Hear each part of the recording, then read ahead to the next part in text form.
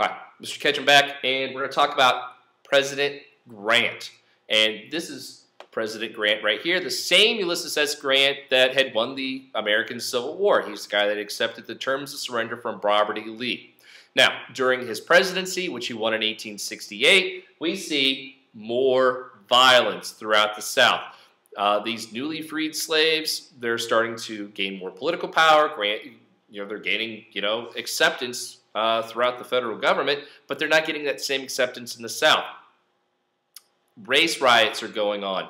Terrible things are happening in South Carolina and Georgia to senators, state senators, who happen to be former slaves. So from here, Grant issues more justice. The federal government, with the Congress, which is still housed with radical Republicans, they push for the Ku Klux Klan Act, basically saying that certain crimes can be considered federal crimes, and they hold a heavier punishment.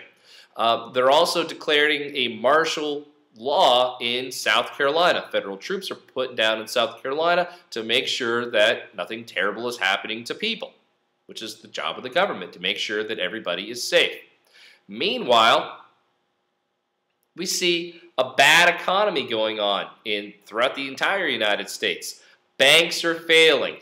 Railroads are going bankrupt. The Freedmen's Bureau Savings Bank, the one set up just for former slaves, that goes under. Part of this is because Grant is clueless. He has no idea exactly how to be a good president. He's an excellent general, but he's a terrible president. Why? Lots of corruption. You need to understand, the bigger a government is, the more corruption you're going to have. Lots of people are involved, lots of money's going around, so people are going to have some sticky fingers.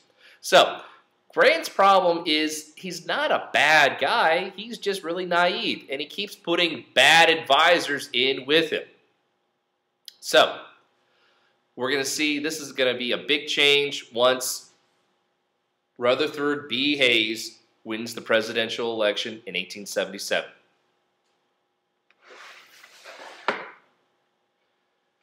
This is Rutherford B. Hayes. He wins the election of 1877, but we're going to see a compromise in 1877.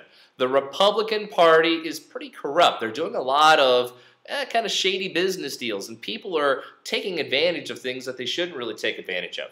So, Rutherford B. Hayes, he doesn't really win the election of 1877. In fact, the Democrat, who is named Samuel L. Tittle, he wins the election because there was a tie with the electoral votes. Remember, the Electoral College is the one that decides who our president's going to be. Now, Tittle, the Democrat, he wins the popular vote. More people voted for this Democrat than they did the Republican. Congress is controlled by the Republicans. They come together and they meet with the Democrats and they say, listen, let's have a compromise. Hayes is going to get the White House as long as Reconstruction ends in the South. So that's what it was. That's how it ends. With that being said, the Compromise of 1877 goes on, and the federal troops that are stationed in South Carolina and throughout the South, they come back to the federal government. They're no longer in the South anymore. The government is all hands off from this point on. They allow the country to grow and expand economically and socially any way it really wants to, and the government doesn't really have anything to do with it.